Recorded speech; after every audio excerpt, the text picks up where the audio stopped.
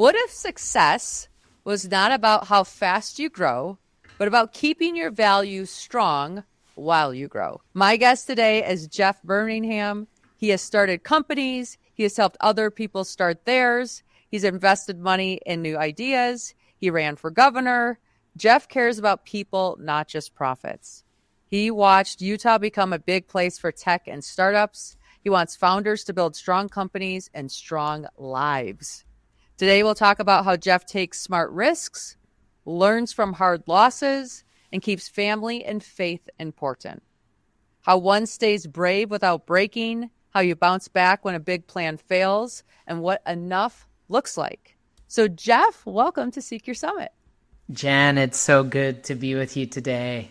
Oh, I love it. You have a new book coming out. So let's start with that. Talk to us about this book that's been absorbing all your time.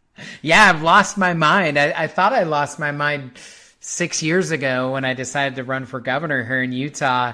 But now this has been even harder, I think. It's been a cosmic experience to write a book from my heart. I've certainly learned that humans are generally a social species, not a truth-seeking species. But I think it's important for us to confront some of the hard problems facing us in the age of AI. If you dump the technology of AI onto the division and challenges that we're facing, I think that could lead to a less than optimal outcome. So, yeah, the last book written by a human, Becoming Wise in the Age of AI, is the name of the book. It goes on sale August 19th. We've already sold a lot of copies and are continuing to work on that effort. But yeah, this feels like a midlife kind of pivot or transition for me in life. And I think this kind of spiritual leadership, kind of futuristic work around humanity and AI is what I'll be working on for the decades to come. Wow. It's amazing. And anybody who hasn't written a book, I've written one. Like the book, you think before you've written it is like 90% of the effort. And then once it's done, you only have 10% left. And then quickly, once you publish a book, you realize the book was 10% of the effort and you have 90% left of getting it out there into the hands of people and talking about the stories and all that things. So, Jeff, I feel you. I see you. And I'm like cheering you on. I appreciate that. Can I ask you a question based on that? I'm curious, it's been hard for me to transition a little bit from what I would say kind of this heart and soul work of writing the book. Yes. And then it becomes a product that, so to speak, needs to go out into the world. Was that hard for you? I'm just curious. It's been a little bit of a struggle for me because I was so into my heart and soul in writing it.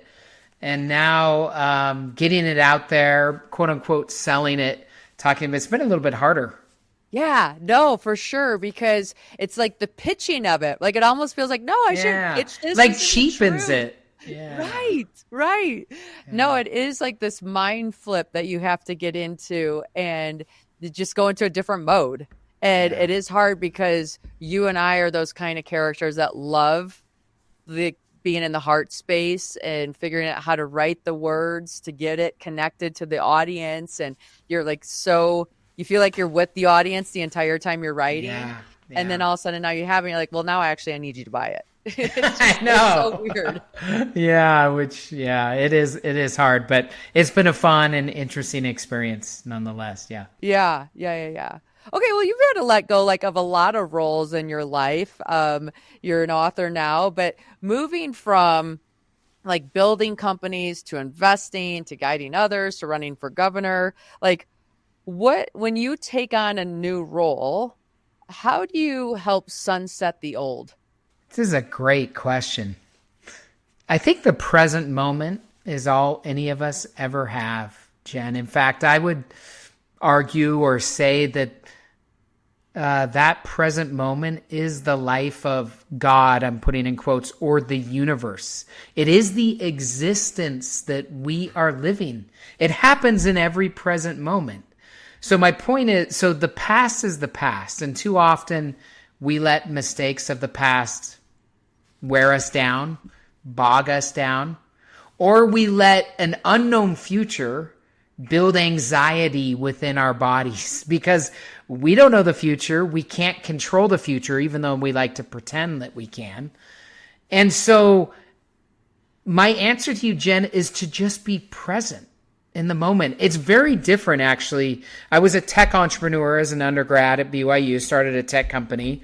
I then opened a large real estate private equity firm, then went to venture capital, then ran for governor, now being an artist. The point is, those are all pretty different roles. I think the only way I've been able to do that is to do my very best to live in the present moment, to be in the here and now. And again, I believe that, the life of God, the life of the universe is one present moment.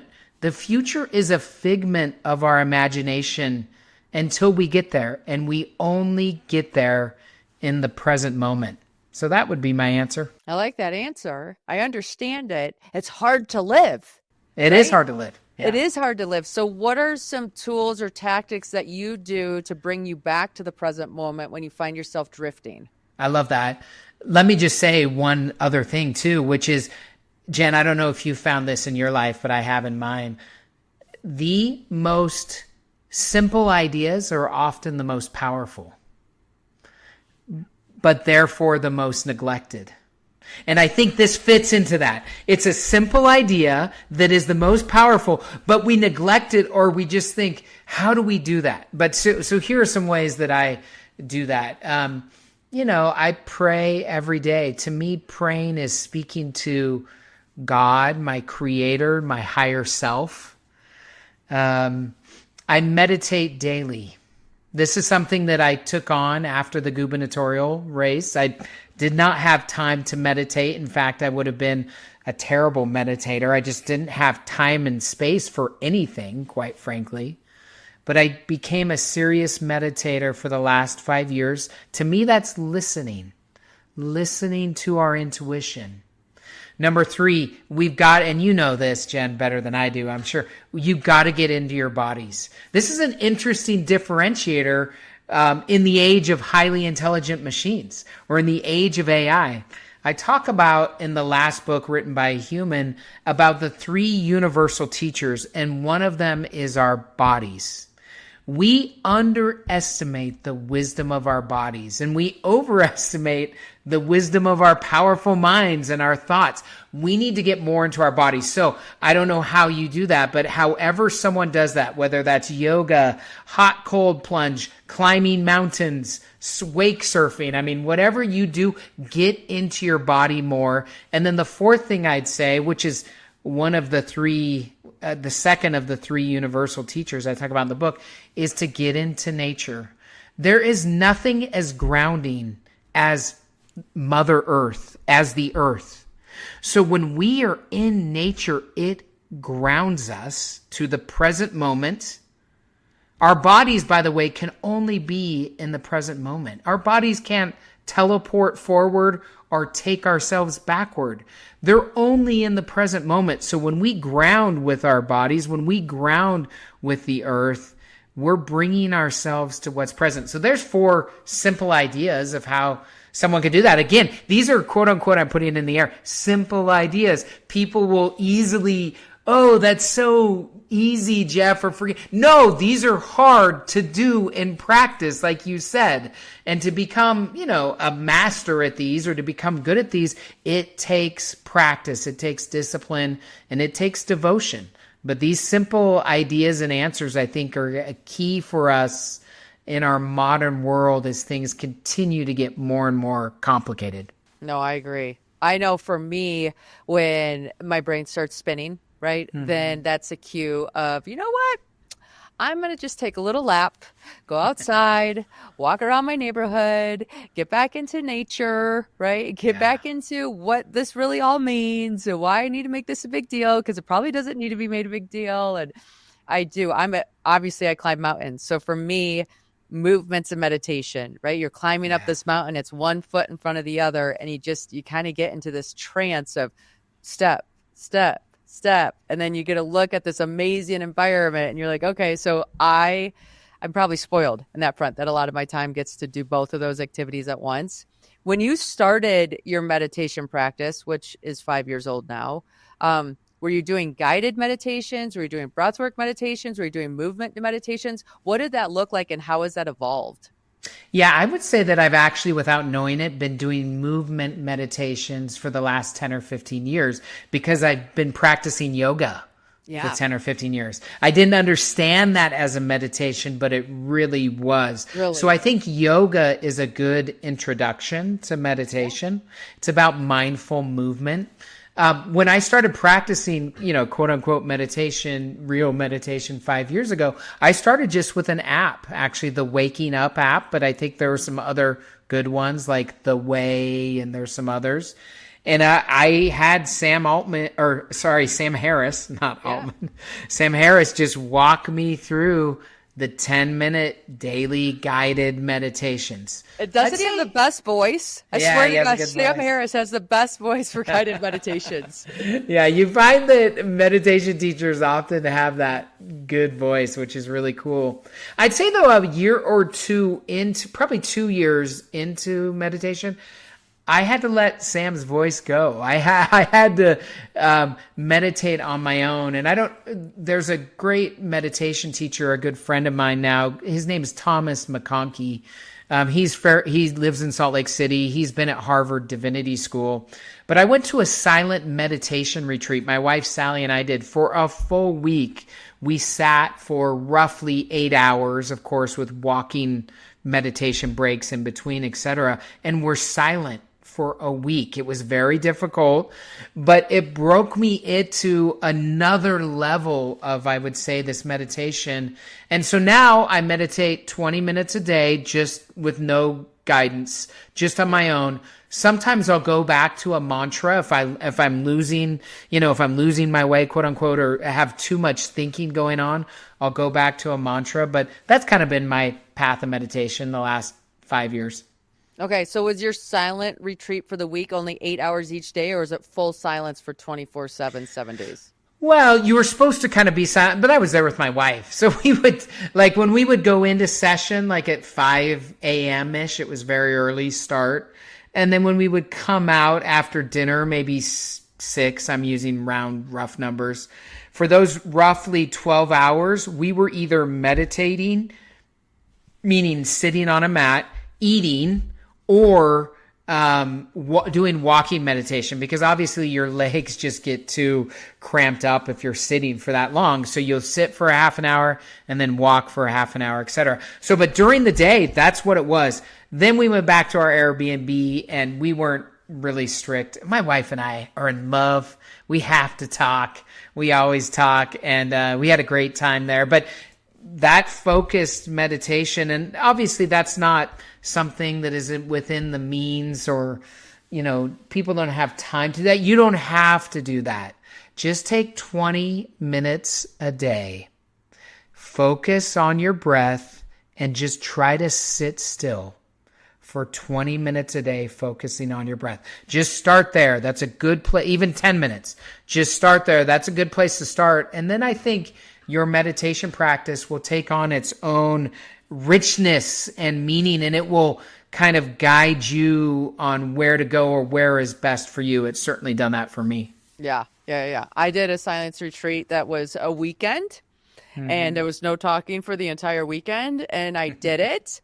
But I will tell you, I hated it, then I liked it, then I hated it, then I really hated it, and then it was finally done. And then the next day, we were out in nature, out in the middle of no man's land or whatever. And then the next day, I went to drive home. So Monday morning, I go to drive home. And I turn on my radio. I'm like, oh my God, I can't listen to that much noise. There's way too much going on there. And then I came up to stoplights. I'm like, oh my gosh, there's a lot of traffic. I was so desensitized to everything. Everything felt like a lot. And I'm like, I'm not going to the grocery store today. That is way too much input for me right now. So, I get what you're saying, but isn't this a metaphor for life, Jen? I know. We love it. We hate it. We can't do it. We can do it. Anyways, I think that's kind of how life rolls out. I think meditation is a great teacher in that regard, and a great reset that most of us need. I'll talk. Do you want me to? One other big idea from the book, it just comes to mind with this, is just human doing versus being. Oh, I know. I know. I'm like a We, master human doer, and that human being part is a struggle bus for me. yeah, yeah, and I think we need to lean into more of our being. That doesn't mean that the doing will ever go away. It just means that in everything we do, we bring our presence and our awareness, and that enhances everything that we're doing. And so I think that the age of AI, the age of highly intelligent machines, beckons us or causes us to lean more into our being and let go of our addiction to doing, which I know far too well. Yeah, we all know far too well. Yes. So this episode, like the podcast is called Seek Your Summit. And when we're seeking our summit in life, we do have setbacks, right? And those setbacks are sometimes things that allow us to pivot. There are a lot of times things that happen to us that allow us to reevaluate and understand, like, what do I need to do to keep climbing this mountain? A big one for you is running for governor, right? This is a public pursuit. What new things did you learn about yourself in that challenge? I learned so many things. Let me try to sum it up in a couple of key takeaways. Number one, I thought politics was about leadership before I got into it. Now, having run, and of course I lost during the pandemic, the most critical months of the campaign were March, April, May, and June of 2020. So right when the pandemic hit. And so I thought politics was about leadership, but now having run, I'm not so sure that it is. So that's number one, and I'm not sure if that's suited for me. Number two, I learned that the silos of business and politics, they're pretty different networks within our home state of Utah. Very different people. Yeah, I did not know a lot of the career political people in the state, and that was a little bit of a transition. I knew every business person in the state. I'd done deals with them, or whatever. I knew them, but I did not know all the political people. So that was a leap. The third thing that I would say I learned, this is at the highest level and maybe the biggest lesson. What I realized was happening, Jen, in my run after I lost, looking back, my subconscious was taking me off the stage. Oh, really? See, I think that we're all following our own hero's journey. I think you certainly are. Your background's unbelievable. And oftentimes, though, on that heroic journey, obviously there's a call to adventure. And I was feeling that in running for governor of our state because I didn't have a political background. So I heeded that call. I refused it for a while, then heeded it and leaned into the unknown. I entered the unknown. And that ended up in a very public defeat. The first kind of real big public defeat of my life, which was obviously hard, especially going into the void of the summer of 2020 of the pandemic. But it also taught me a lot. It was a major blessing in disguise. For the first time in my adult life, I had space and time. And like I'm an adjunct professor at BYU. I've had thousands of entrepreneurial students. Like I've often say to them, with space and time, anything can be created. Yeah. And so with space and time in my life, I was able to, instead of continuing to look outward, to go inward, to look inside of myself. And, largely a product of that is this book, the last book written by a human. But there's 2 or 3 really important things that I learned in running for governor. Wow. I like to highlight a little bit. I look at my own journey and I think of some of the things that I've lost, right? Like maybe I went in the business world and I had to do a pitch to a company and I thought I was ready for it. And then when the pitch happened and I looked who I was competing against, I was like, okay, I lost for sure. but I gained so much. Like, it was such an honor to even have the chance to pitch at that level, and what it taught me about the next level. It gave me this eye into where I could go and what I could work on to get there. So, I mean, I don't know. Some of my biggest wins in my personal life have been outwardly losses. Yeah. Absolutely. I mean, I think that's normal in life, right? Like the book that I just wrote is laid out in 4 sections that I think kind of mirrors the growth cycle of both technology, so like AI in this instance, but also our personal growth cycle. And that is number 1, disruption, 2, reflection, 3, transformation, and then 4, evolution. And let me just say, reflection number comes or hardly comes when we win. It comes after we lose. Only then can we reflect, understand ourselves better, and step into transforming ourselves. And so disruption is constant. Change is the only constant, as you know. We should all get used to it, especially in the age of AI. There's a lot of change, a lot of disruption and concern. This is something we need to get more comfortable with. But after that disruption, we're given an opportunity to reflect. And I found, like you said, that reflection is most powerful, after things didn't go the way I wanted or didn't go the way I planned. That's definitely been where I've learned my biggest lessons in life. Yeah. And how have you climbed out of those setbacks? It's a great question. It's not easy. Like, my heart goes out to you, Jen, or to anyone who's experiencing disruption, because it's very painful. Change is painful. It's why we avoid it. But change is the only, constant that we're totally aware of. I think the way that I've continued to evolve as I've gone through those setbacks is to rely on some of those simple things that I spoke to you about at first: prayer, meditation, physical exercise, getting into good books, art. Art refreshes me massively when I'm down. That could be a beautiful piece of art. That could be a beautiful piece of music, a play, a musical, anything that gets me back. The greatest art is reminding us of this heroic journey we're all on. So I think that anything that can give us that perspective, that I'll say, quote unquote, eternal perspective, this isn't the end of the road. This isn't the end of the day. We have a much bigger picture of what's going on here. I think zooming out and having that eternal perspective via simple practices, is critical to, getting yourself back up, pivoting to something new. I've certainly relied on those things as I've had to, summit my own challenges. Yeah.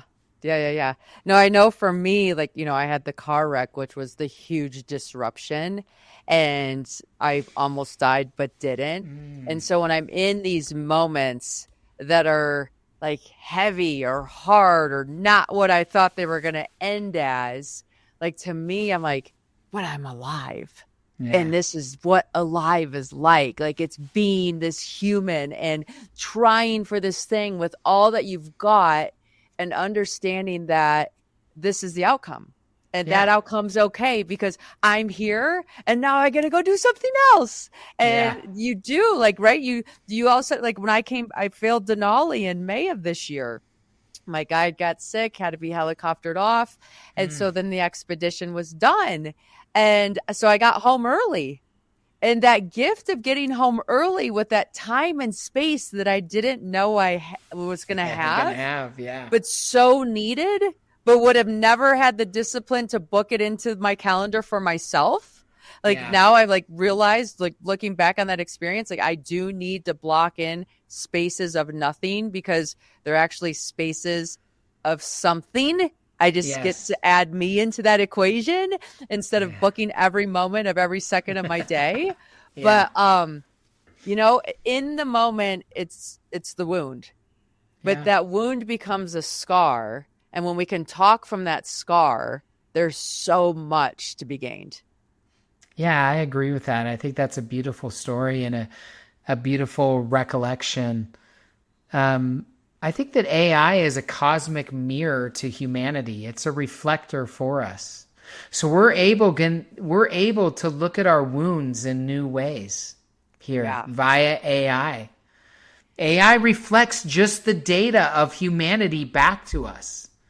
We get to and like the power of the prompt, right? Like that's what's fascinating to me on AI is like, am I asking better questions to get better results? And am I doing that of myself, not just of this technology? Amen. Like, yeah, it allows us to ask the most critical questions about who we really are, what reality really is, our own unique wounds, so that we can address them, so that we see them more clearly, hopefully in the reflection of AI, and so that we can do our own internal work. See, what's interesting when we have space and time, at least I found, I wonder if you found this too, Jen, we often go inside, which is what we neglect. We are so externally focused, which is natural and normal. I get it, and I've been like that a lot of my life. We neglect the inside, and not to be too cliche or woo-woo or whatever. What we're seeking is inside of us. It's not outside of us. We look externally. It's not there. The only place it is to be found is inside of ourselves. So only when we give ourselves space and time to go inside does the real adventure begin. And does the real work begin. And I think that's the ultimate summit to climb, is our own personal addiction to doing, our own egoic natures, and to come back to the divine, I would say, unity that really is the underpinning of this entire existence. So how are you using AI to help you with this? Yeah. Well, like you said, the art of the prompt. I think it's, first of all, AI is a wonderful tool. I'm using it to do things that I don't want to do, that it can do better, more efficiently, and more effectively. Not doing that is just, quote unquote, stupid. Like, we should use it for those things. But when AI becomes better at doing so much of what we have done historically, what are we left with? We're left with our being. And so I try to use it on doing tasks, things that it can do better and more efficiently. Like, what would be an example task for somebody that's listening? Like, for instance, right now I'm recording 200 book boxes that I'm sending out to influencers, et cetera, for my book. Half of the people I know, half of them I don't know. So I ask AI to give me a 1-sentence summary of maybe someone I don't know, their biggest teaching, their core essence actually is what I asked for. And it does that beautifully. I mean, there's a good example. I think in efficient work like that around data, it's magnificently powerful. I think it can also be powerful, like you said, the art of the prompt. It can help us ask better questions. It can help us reflect on the answers that we get. We shouldn't take everything that AI says as the gospel truth or, exactly right. But if it causes us to question our beliefs and to lean more deeply into our common humanity, then I think that that's a good thing. So those are several ways in which I'm working with AI. Again, this book is the bull case on AI, meaning the possibilities that could come if we partner with AI wisely and focus it specifically on human flourishing, obviously, rather than human destruction. Yeah. These tools have the ability to do all, just like your mind has the ability to do all. So it's just going to reflect what you're inputting into it, for sure. Yeah, I like that. Yeah. I'm going to back up a second on the comment of like the external versus the internal world. Yeah. When I had my car accident, the windshield got peeled back by somebody else. And he's like, are you okay? Right? Like, and he must have been yelling it a few times, but I wasn't quite registering as I'm hanging upside down in the median of a highway. Oh, And I looked at him and I thought, I must not be okay. Like his facial expression is telling me that I'm not okay. yeah, And I was like so afraid to look at my body because I didn't want to freak out. And so yeah. instead of looking at my body, instead of taking his facial expression as my truth, I closed my eyes, I wiggled my fingers and toes, and I was like, I can feel my fingers and toes. I can feel my fingers and toes. Like, and he goes, if you can feel your fingers and toes, I think you're going to be okay. And Yeah. I share this story right now because I use that example in my life like so many times now. When life is getting fast or the external world's being harsh or things just feel yuck, I'm like, I need to disconnect and connect back to myself. I need to feel my fingers and toes. And if I can feel them and everything's okay, I get to write a new story from this point forward and choose my response. I love that. Like just that, like that quick prompt to yourself. I need to feel my fingers and toes as life gets hectic, as things get, wound up and you feel like the pace is not sustainable.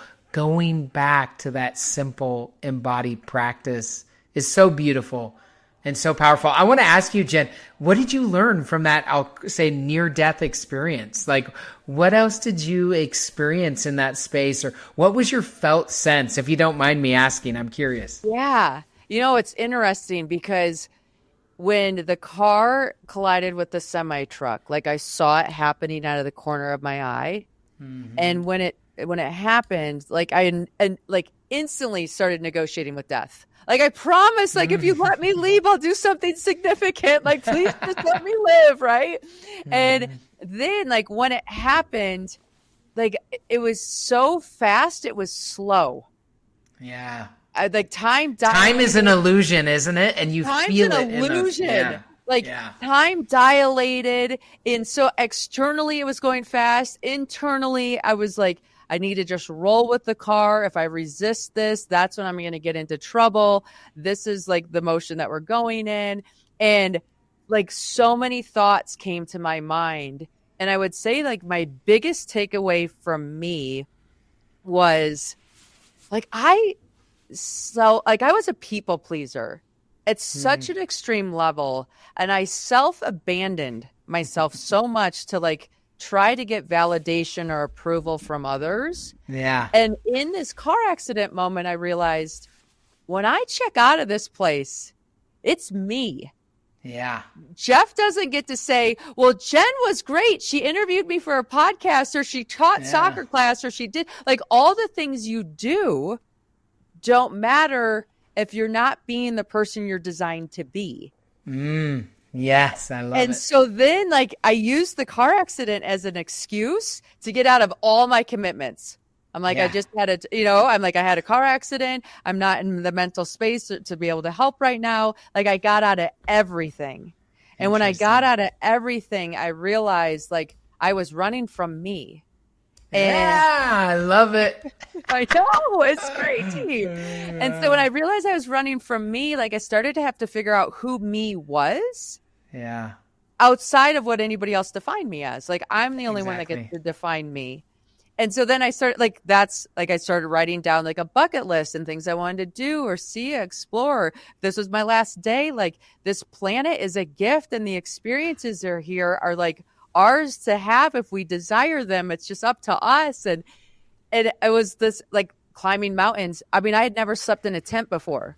If you want the most bizarre, random, crazy calling ever, but it was such a divine purpose that nothing else mattered because I connected to it so deeply, and it changed everything.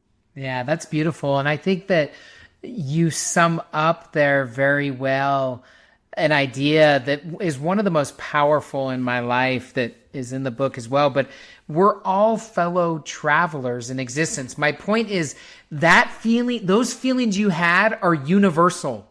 I think we all have those feelings of, wait a second, am I being true to myself? Am I it's interesting. We have the opportunity to program AI. All of us get programmed as well. There's not necessarily something bad with that. As human infants, we are completely vulnerable. We cannot survive without our parents or help of loved ones. And this leads to programming that wounds us. It's beautiful in a lot of ways, our family culture and programming, our religious tradition. We can definitely feel this in Utah a lot. But those programs also wound us. They aren't actually true. They're a little bit of an illusion. And if we buy into those too much, we're going to regret that in the end, I think. And so what you were feeling was a call back to your nature, to your true self, to your being, which again, I think is the call that we have to answer in the AI. And it was a beautiful representation of, I would say, this very human story that binds us all together as we exist as embodied beings on this earth. We are all fellow travelers, and no matter the differences that we share, whether that's gender, religion, socioeconomic, whatever, political, whatever it is, whatever those differences are, whenever we're with another human being, we always have more in common. And it's these deep, subconscious, archetypal stories that bind us, that bind our psyche, that bring us together and hopefully help us summit, so to speak, this collective hero's journey that I think we're undergoing here. I think that AI is pushing us into this collective heroic journey together. And it's going to be fun. It's going to be challenging as well. But that was a beautiful story. Super cool learnings. No, it's just fun, right? Like life is fun. It's allowed to be fun. It is fun. It's hard too, and it sucks, and it's disappointing, but it is definitely fun. And I'm so happy that I'm smiling right now. We need to remind ourselves, especially when we're releasing a book or summiting Kilimanjaro or whatever we're doing, this is fun. Like, this is meant to be fun. We can bring fun to this because it's a miracle that we exist at all. Yeah. All right, listeners, we got a taste of Jeff today. Yeah. I'm telling you, when that book comes out, it is a must purchase. And if you want to learn more about Jeff, where do they get to find you? Yeah, you can just go to my website, jeffburningham.com. Or I'm on all social media platforms as well at Jeff Burningham. The book launches August 19th. It's called The Last Book Written by a Human. And yeah, I would love to hear what people think about it. I hope that people buy. And I'm trying to start a conversation and a movement around awareness here in the age of highly intelligent machines. I love it. All right, everybody that's listening today, if you like this episode, be sure to like it, subscribe, share it with your friends. We'll see you next week.